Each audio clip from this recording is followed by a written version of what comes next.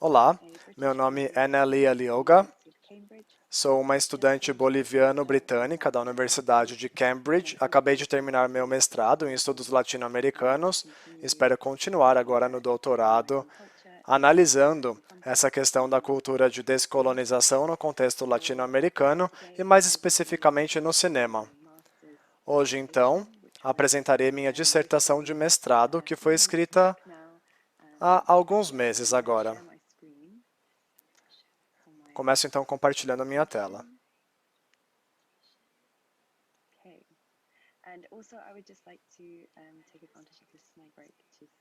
Eu gostaria de aproveitar essa oportunidade para agradecer a Sofia, Michael e toda a equipe de tradução por facilitarem essa discussão sobre a descolonização da arte. Muito obrigada. Esse é o título da minha dissertação de mestrado. Descolonizando o cinema. Representações de injustiças indígenas e insurgência no cinema de Jorge Sanjines e o grupo Ucamal.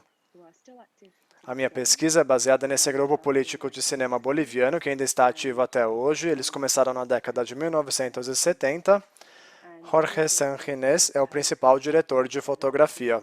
O grupo foi responsável pela realização dos primeiros longa-metragens em Quechua e Aymara, as duas línguas indígenas mais dominantes dos Andes.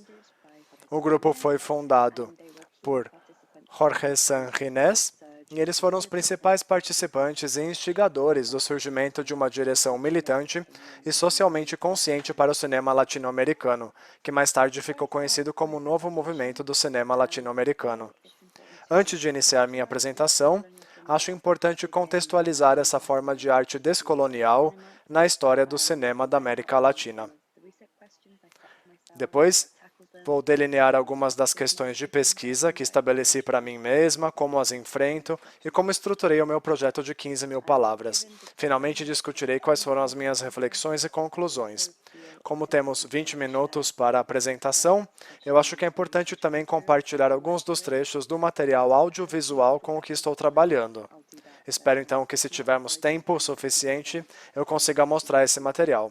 Do contrário, peço desculpas, mas posso mandar os links desses vídeos para que possam assistir depois. Vamos começar contextualizando esse movimento do cinema.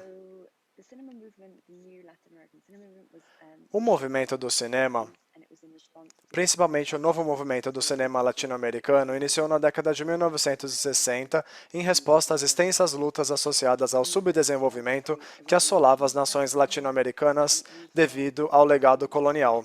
O movimento se esforçou para criar um tipo revolucionário de cinema e usou o filme como um instrumento de consciência social para expor as realidades nacionais, no sentido de empoderar setores populares ao dar às suas preocupações uma plataforma e fornecer uma crítica anticolonial do existente, hierarquias sociais e raciais da região. O grupo vai apoiar esse regime visual de militância revolucionária porque foi fundado na necessidade de expor realidades nacionais e elevar vozes e narrativas subalternas durante um período particularmente turbulento na história da Bolívia, os anos de 1960.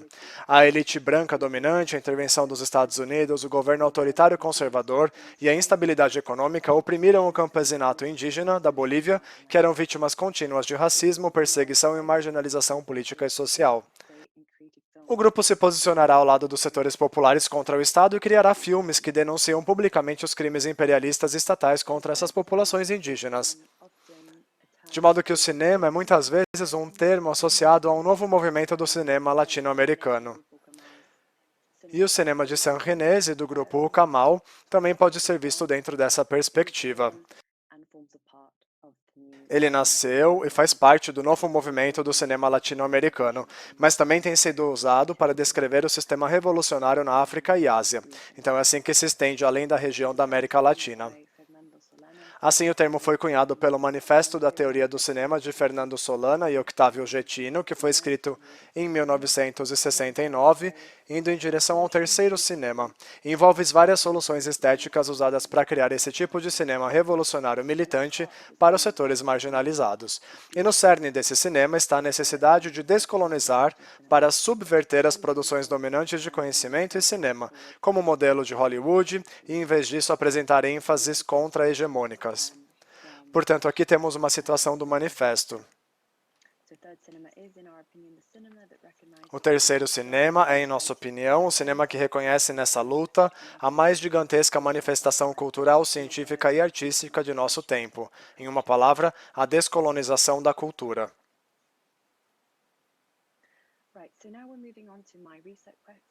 Bom, agora passo para as minhas perguntas de pesquisa.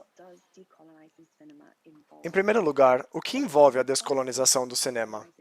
Eu fui inspirada a olhar para a descolonização do cinema não apenas por conta da filosofia do terceiro cinema, mas também por conta do surgimento da mídia indígena autorrepresentativa na América Latina como um todo. Aqui olho especificamente para a Bolívia. Há uma descrição dessa forma de mídia como a forma definitiva de um sistema descolonial que enfrenta diretamente o olhar anticolonial e se desvia completamente dos modelos de cultura ocidentais onde os povos indígenas podem ter autonomia audiovisual e autoria sobre suas representações. Portanto, a mídia indígena é uma produção alternativa de conhecimento baseada nos modos indígenas de conhecer e contar histórias. Sugiro que a descolonização, no início do século XXI, se concentra não apenas na luta pela legislação do território e pela representação política, mas também, talvez mais importante, na de Epstein. Em outras palavras, os movimentos indígenas reconhecem que sua representação teria seu visual, literário e acadêmico o poder de moldar a realidade vivida. É urgente descolonizar a natureza.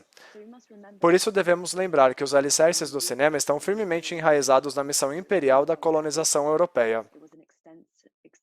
Foi uma extensão da longa história da produção de representações coloniais que serviu para oprimir ainda mais os colonizados e justificar o projeto colonial. Assim, o cinema colonial priorizou a epistemologia eurocêntrica hegemônica ao perverter o exotismo e demonizar o não-ocidente, criando deturpações desfavoráveis e debilitantes dos sujeitos colonizados. Como parte dessas narrativas cinematográficas, a partir de trabalhos de estudiosos que atuam na mídia indígena, como Shilby, como falei antes, e Charlotte Gleghorn, vejo vários aspectos do processo cinematográfico que podem levar a essa descolonização do cinema. Acredito que um cinema descolonizado é aquele que está livre de estereótipos racistas tipicamente usados contra sujeitos subalternos, e em vez disso promove a produção de imagens favoráveis e empoderadoras do indigenismo. Nesse contexto, por exemplo, projetos de produção de filmes autorrepresentativos ou colaborativos que dão aos sujeitos subalternos protagonismo narrativo e estética do cinema e uma forma cinematográfica que se afasta dos modelos de Hollywood para complementar as visões de mundo indígenas. Então, o que esse cinema descolonial espera alcançar? Pois bem, descolonizar o cinema é apenas um dos aspectos que faz parte de uma missão mais ampla de descolonizar a cultura e a epistemologia. Liga-se a essa ideia de subverter as produções de conhecimento ocidentais dominantes, que é onde faria a conexão em minha pesquisa com um corpo de pensamento descolonial, liderado por Walter Mignolo, que fala da necessidade de se ocidentalizar e desvincular do matriz colonial no contexto da Bolívia. Com o restabelecimento do governo sob Luiz Arce e eventos que ocorreram recentemente, existe agora um Ministério da Descolonização que está sob o Ministério da Cultura, que faz parte do objetivo do governo de descolonizar a Bolívia. Então, até que ponto o grupo pode sair e dizer que não deve ser lido mais especificamente como descolonial? Essa foi uma das minhas principais perguntas na pesquisa. Com esse pano de fundo e essa missão descolonial da Bolívia em mente, é importante para que nós perguntemos como o Kemal se conecta e contribui para esse processo com um foco particular no empoderamento das representações da insurgência indígena, mas também com base nas práticas de filmagem delineadas por Sondheim em seus vários manifestos da teoria do cinema e da estética da forma que o grupo usa. Eu diria que o cinema deles é um dos primeiros exemplos de um cinema descolonial baseado na estrutura que acabei de descrever. Porém, ao longo da minha pesquisa e da escolha dos filmes, decidi usar como estudo de caso para provar isso. Também encontrei uma linha de argumentação paralela que aborda a evolução de seu cinema e sua relação com o Estado boliviano e os respectivos climas políticos históricos em que esses filmes de estudo de caso foram realizados. Isso me leva a discutir a escolha dos filmes que fiz, de modo que as recentes questões de pesquisa delineadas serão assim atendidas de acordo com um olhar para esses dois filmes do grupo que serão feitos ao longo da sua trajetória cinematográfica. Temos Michael do lado esquerdo, que foi criado em 1969, que é um dos filmes mais recentes. À direita, vemos Insurgentes, em 2012. Eles foram produzidos durante períodos sociopolíticos muito diferentes na história boliviana e são um ponto útil de comparação em conexão com a estrutura descolonial que descrevi anteriormente. Eles sinalizam a mudança evolutiva na filosofia global, cinematografia revolucionária, cinema e demonstram como as estratégias descoloniais cinematográficas respondem ao contexto histórico e político.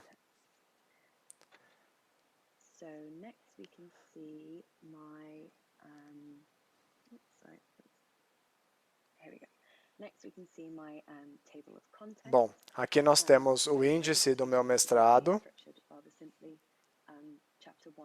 No primeiro capítulo da minha dissertação, remonta a um dos primeiros filmes de Walker Michael, que traduziu como Sangue do Condor. Foi criado em um momento de instabilidade política na Bolívia. O filme narra e denuncia a intervenção estadunidense nesse crime de estereotipia forçada. O filme marca as atitudes combativas que ajudou a moldar e dar forma a um novo movimento de cinema latino-americano. Apesar do sucesso do filme, porém, e pelos motivos que serão discutidos na minha dissertação, as intenções descoloniais, a nosso ver, foram prejudicadas pela forma do filme, pelas práticas de filmagem escolhidas ao trabalhar com os atores não indígenas. Conforme o grupo começou a perceber, sua abordagem cinematográfica estava impregnada de eurocentrismo e pensamento paternalista. Então, eles ainda usam uma estrutura muito linear nesse filme. Como discuti nesse capítulo, havia muitos espectadores indígenas que ou não entendiam a narrativa linear, porque era obviamente baseada em uma forma muito eurocêntrica de contar histórias, ou por conta do próprio modo de contação de histórias. No capítulo 2, falo sobre insurgentes e observo como alguns dos erros de Howard Michael foram tratados e corrigidos a fim de descolonizar ainda mais o seu cinema. É preciso lembrar que o grupo Ucamal queria que os telespectadores indígenas fossem seus principais críticos e principais telespectadores. Esse capítulo dá um salto na cultura cinematográfica moderna do grupo, como em um dos seus últimos filmes, Insurgentes, que é um documentário de ficção híbrida sobre as lutas anticoloniais da Bolívia ao longo da história. Portanto, a opinião do jornal boliviano descreve isso como um elemento radical, um projeto e diferente ao restante da obra. É muito diferente, então, em comparação com o outro filme. Para começar, o estudioso David Wood comentou sobre a empolgação coletiva do cinema por finalmente ter produzido um filme que foi apoiado por um governo indígena. Antes de Insurgentes, a maioria dos filmes de Ucamal foi feito durante ditaduras militares de direita que não eram apoiados pelo Estado. Embora as bolsas de estudo tendam a se focar em outros aspectos, Insurgentes representa uma mudança em uma nova direção para o grupo que não demoniza mais o estado atual por meio do cinema. O grupo descolonizará essa agenda na missão mais ampla da Bolívia de descolonização e complementa ativamente as visões do governo sobre a restauração de um estado indígena. Então, uma das perguntas que eu me fiz nessa parte do mestrado foi: será que esse processo descolonial governamental mais amplo, bem como a onda de práticas autônomas do cinema indígena, complicam a singularidade e relevância das intenções descoloniais do grupo? Portanto, esse capítulo considera as mudanças evolutivas na estética e na forma que foram integradas ao cinema boliviano, coletivos, obras modernas, e também discute as políticas de representação. Por fim, o capítulo lança as bases para a conclusão da discussão sobre como o grupo acolhe o nosso cinema e pode continuar avançando à luz do recente clima político e cultural na Bolívia. Também é possível ver as subseções desse assunto que eu criei dentro desses dois capítulos. Um dos principais pontos de tensão que eu encontrei ao longo da minha pesquisa foi esse argumento sobre políticas de representatividade.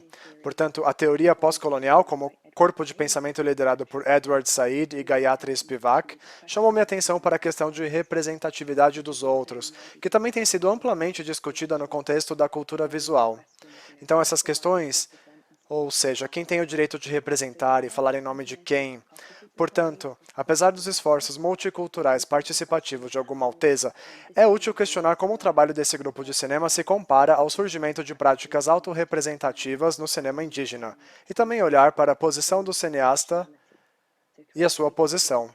Ao longo da minha dissertação, eu continuamente abordo o fato de que o grupo virá a ser um coletivo de mestiços de classe média da Bolívia. Eu me pergunto e abro essa questão para todos os espectadores.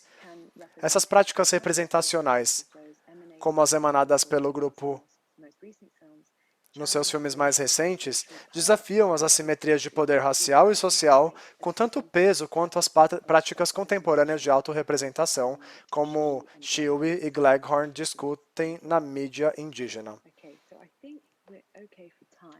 Bom, eu acho que é isso por conta do tempo. Na verdade, eu quero mostrar para vocês agora um material audiovisual.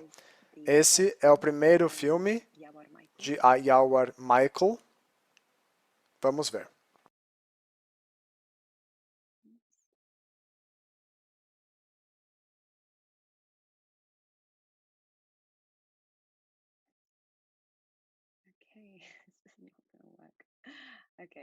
Não sei se vai funcionar. Parece que o som não está ajudando aqui. Eu vou fazer o seguinte, então. Eu vou enviar esses links do YouTube separadamente. E eu espero que Sofia e Michael possam enviar esses links para vocês.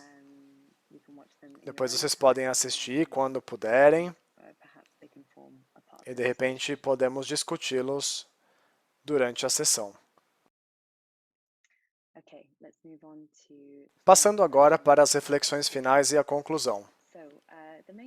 A principal conclusão que eu pude tirar da minha dissertação foi que a evolução do grupo acontecerá à medida que o cinema de Yawar Malco nos anos 60 e os insurgentes no século XXI confirmam o fato de que o coletivo de cinema boliviano aprofundou seu compromisso para com a descolonização do cinema ao longo do tempo. Utilizando a estrutura de filme descolonial delineada, pude medir em geral como o grupo se sairá, mostrando um esforço contínuo ao longo da sua trajetória cinematográfica para subverter as questões coloniais, racistas e pejorativas típicas dos povos indígenas. Porém, em resposta às tensões relacionadas à política de representatividade, acredito que o grupo assumirá posições e privilégios em relação aos indígenas e sujeitos com os quais trabalha e continuarão a ser um ponto de tensão enquanto os legados coloniais, estruturas sociais e raciais são mantidos na Bolívia. Seria ingênuo, entretanto, ignorar os esforços do grupo em lidar com essa assimetria de poder. Afinal, suas intenções cinemáticas e descoloniais, as práticas cinematográficas colaborativas e participativas de acordo com as ideias andinas de social-democracia, a forma como sua cinematografia abarca conceitos sociotemporais andinos, como de longa-metragem indígena, suas representações sensíveis e favoráveis aos sujeitos quechua e aimaras, e a sua disposição de se engajar em diálogos epistemológicos e interculturais com os setores populares da Bolívia, são indicadores de que o grupo se manifestará, reconhecerá e tentará neutralizar essa assimetria de poder. Descobri que a evolução mais marcante no cinema do grupo, o Camal, é o desenvolvimento de uma forma e estética andina cada vez mais inteligível. Portanto, seus filmes mais recentes demonstram uma gramática especificamente andina, que prioriza modelos indígenas cíclicos de narrativa, em oposição aos modelos lineares ocidentais de narrativa. Ao se concentrar nas mudanças evolutivas entre esses dois filmes que citei na minha dissertação, espero que possamos buscar uma proximidade epistemológica, ideológica e cultural com o cosmos andino. Uma observação detalhada da trajetória cinematográfica, analisando o agrupamento de filmes que eles produziram entre Yahuarmalco e Insurgentes, infelizmente estava além do escopo dessa dissertação. No entanto, abriu uma possibilidade para um estudo mais aprofundado e talvez tenha inspirado a mim e a outros a olharem mais de perto para esse coletivo de cinema. Eu acho que é isso. Muitíssimo obrigada. E é isso que eu tinha a dizer.